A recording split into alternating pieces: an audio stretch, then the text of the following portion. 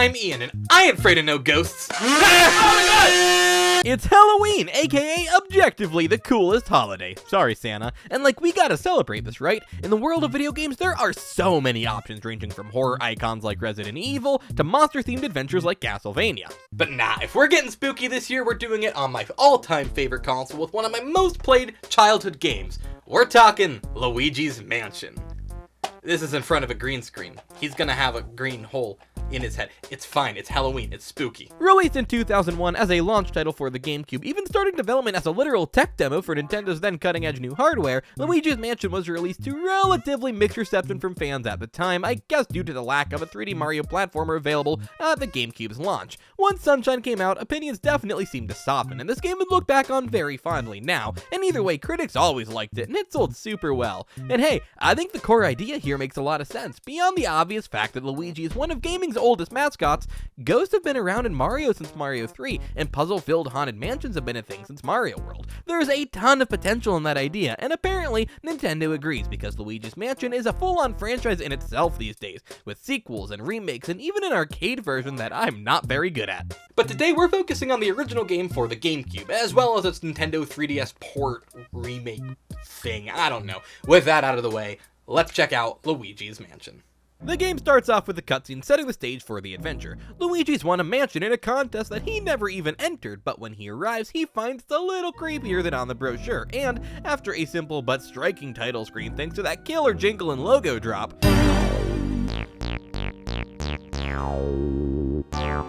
Luigi enters the mansion in a short playable segment where he meets Professor Egad. I fucking love this dude, he is hilarious, but he tells Luigi that Mario came to the mansion ahead of him and got kidnapped by the various ghosts that escaped from Gad's ghost portrait collection under the leadership of King Boo. Now, armed with only a flashlight and a special vacuum cleaner, it's up to Luigi to stop the ghost and save his brother.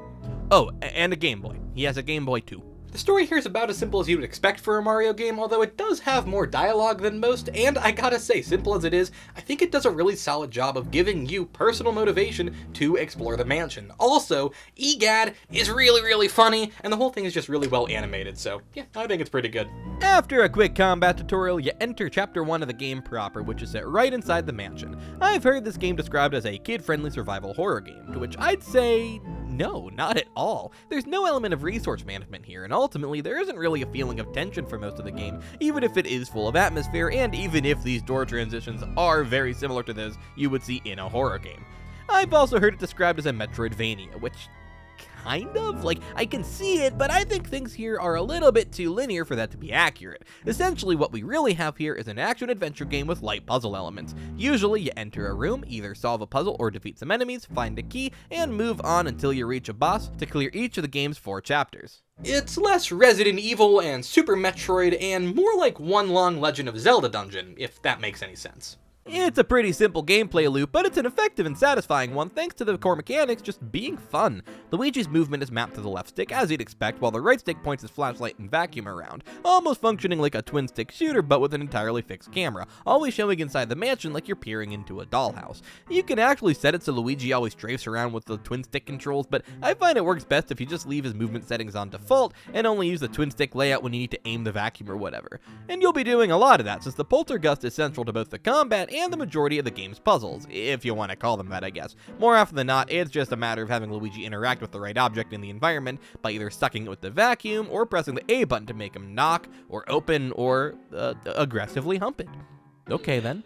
The A button is also the desperately call for your lost brother button, which is pretty good. I think every real game has that. Before you get to interacting with the environment, though, you gotta get the lights on. Almost every room in the mansion is dark when you first enter it, and the only way to light things up is to defeat the ghost. It is a haunted mansion, after all. Combat pretty much goes like this. You hold in the B button to turn off your flashlight until you're as close as possible to the ghost, and then you flash him, which makes them vulnerable to the vacuum. Once you start sucking them up, it becomes a game of tug of war, slamming the stick in the direction away from the ghost while it tries its damnedest to drag you around and escape your grasp.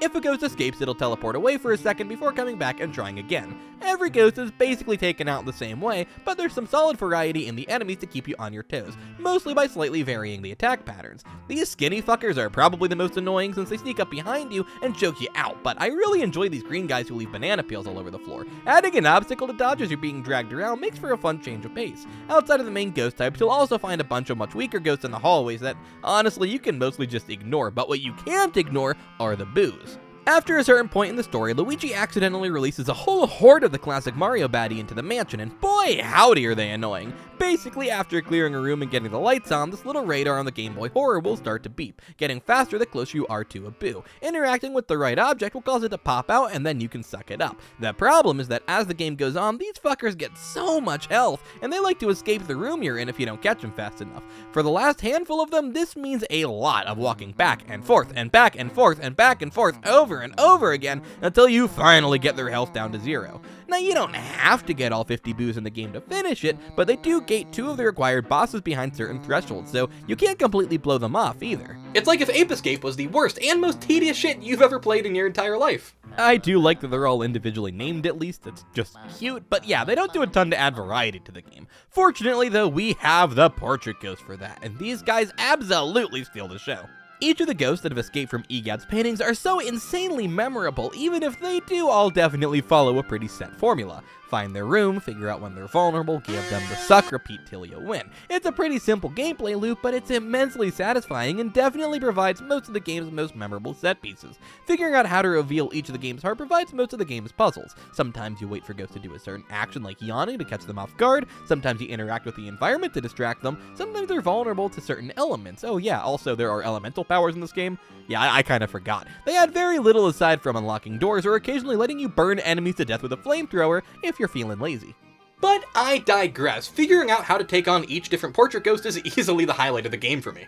Every single one is a memorable encounter. My favorite is probably Melody. You get her attention by playing all the instruments in the room and then answer a Mario music quiz.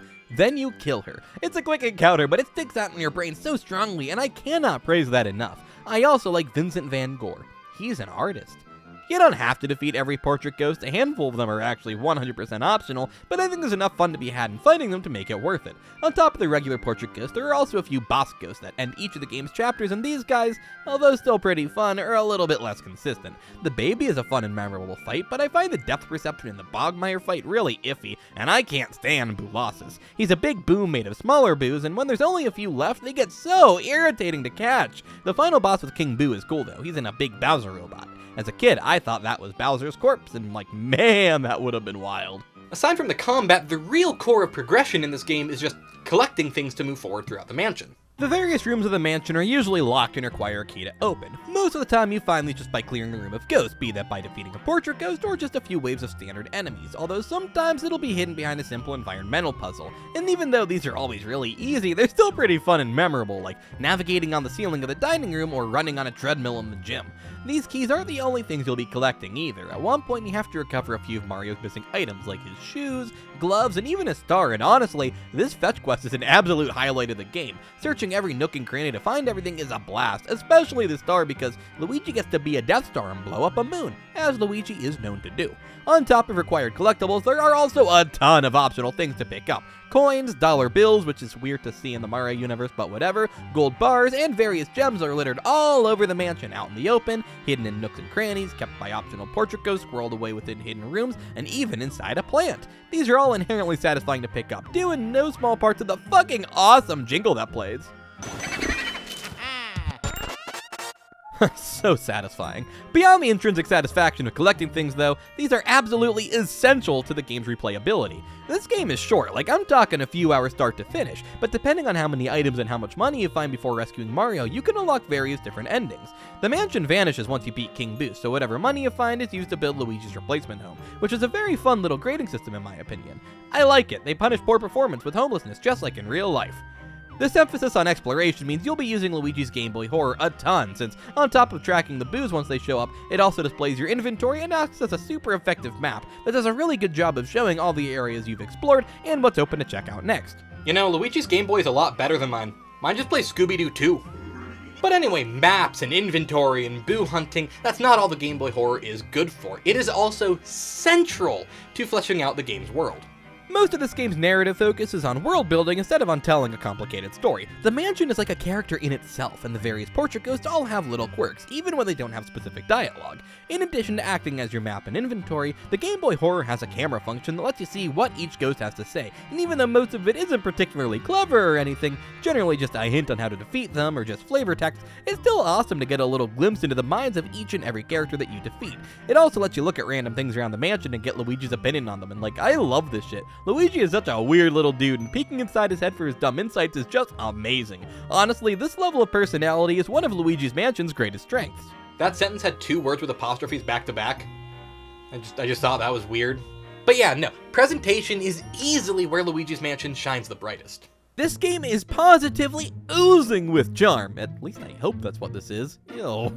The visuals are absolutely fantastic for a 6th gen launch title, especially the lighting. That eerie vibe as you walk through dim hallways lit only by candlelight, juxtaposed with flashing lightning casting shadows along the wall, is absolutely stellar. And goddamn, this mansion is dusty. Kind of ridiculously so, since every single step you take leaves a giant cloud behind you, but I'll be damned if it doesn't give this place an old creepy look. And when you see all the particles swirling and funneling as you use the vacuum, legitimately impressive to this day in my opinion. It's a great use of brilliant art design to show off what the then new hardware was capable of.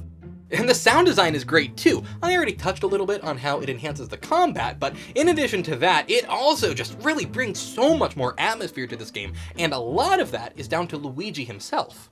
Outside of certain combat encounters in specific rooms, the game mostly just uses one track and changes it depending on the mood that they're going for, which doesn't sound that impressive. Dynamic soundtracks aren't exactly uncommon, but Luigi himself is actually the main instrument here. He hums and whistles the music while the rest of the soundtrack exists to support that. It's brilliant, especially since Charles Martinet gives one of his strongest performances ever here, injecting every single note with personality. In a bright, cleared out room, Luigi confidently whistles as he marches through. Exploring uncharted territory, crawling with ghosts, Luigi's humming along, trembling with anxiety as the backing track swells with intimidating strings and that oh-so-spooky theremin. It even reacts to your health, with Luigi struggling to carry a tune as he's exhausted and terrified. It's absolutely brilliant.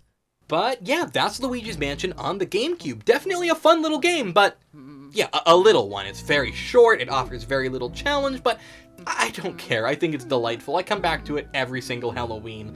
I love it. And then in 2018, they ported it to 3DS for some reason. Yeah, a 3DS game in 2018, a full year after the Switch launched.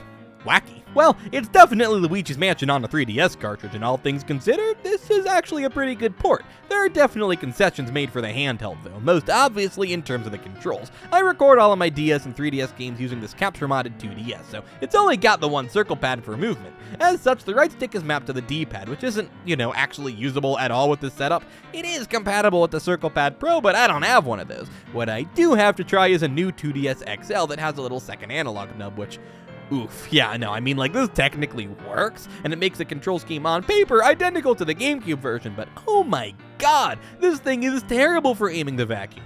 Fortunately, they did come up with an alternative solution. By default, Luigi controls normally when you're not using the vacuum flashlight combo, and switches to the twin stick tank controls when you are, but if you hold in the B button, it toggles which control scheme you're using on the fly, letting you turn normally while using the vacuum as long as you hold the button down. It takes a few minutes to get used to this, but coupled with the gyro controls to aim up and down means you do get a full range of movement without ever touching the D-pad, and I found it serviceable enough to beat the game without any real issues.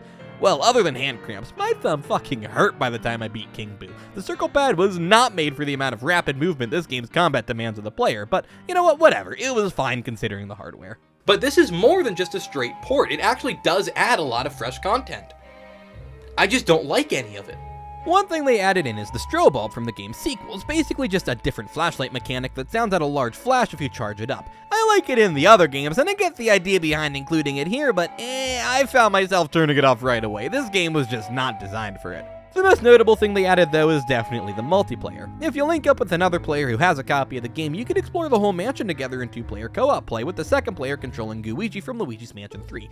I don't have a second copy of this game though, so I was limited to just refighting the portrait ghost in multiplayer via download play, and I gotta say, I don't think I'm missing out on much here. The game already performs noticeably worse in the GameCube version, but with a friend, the frame rate makes it nearly unplayable, and if that isn't a deal breaker for you, the lag probably will be. It's absolutely shocking how long of a delay there is here. Literally everything we did felt like luck because we were barely controlling our characters. The other major addition is definitely a better one, but still not really my thing.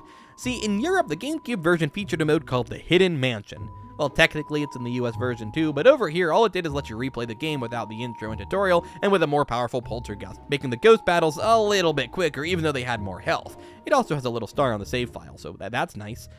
It basically just serves to make replays a little bit more streamlined if you're going for a better ending. Here, though, we have new enemy formations, with ghost types the game held off until near the end showing up as early as the first chapter. It's definitely a nice challenge for those who thought the main game was too easy, which is fair. I didn't die a single time in my playthroughs of either version, but here I died on the first boss. I kinda dig that. Problem is that, A, trying to do this more difficult combat with the 3DS controls is not my idea of a good time, and B, it heavily limits the health drops you get. Like, there are barely any at all. I think the beefed up enemies and new formations are enough without the extreme lack of health items. That said, it is all extra content. The core game itself still plays just fine given the hardware, and honestly, a lot of that Luigi's Mansion magic really translates quite well.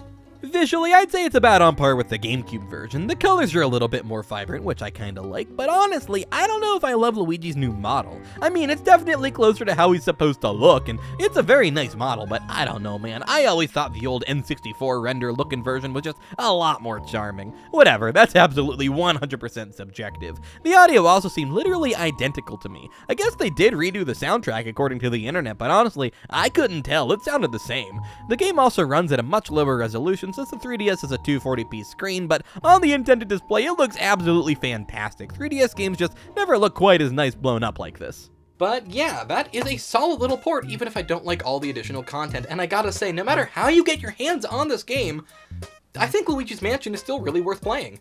It's very short and very easy and very repetitive, but what it lacks in depth, it makes up for in fun factor and charm. Especially charm. Luigi's Mansion is a delightful, odd little adventure with so much spunk and personality, and personally, I just can't get enough of it. It's replayable and quirky, and even if it is basically a big tech demo, I just love this spooky little gem. But hey, let me know what you think of Luigi's Mansion and of the video in general in the comments down below. Be sure to leave a like and subscribe if you want to see more from me. And until next time, guys, I'm LyingTuna. Happy Halloween!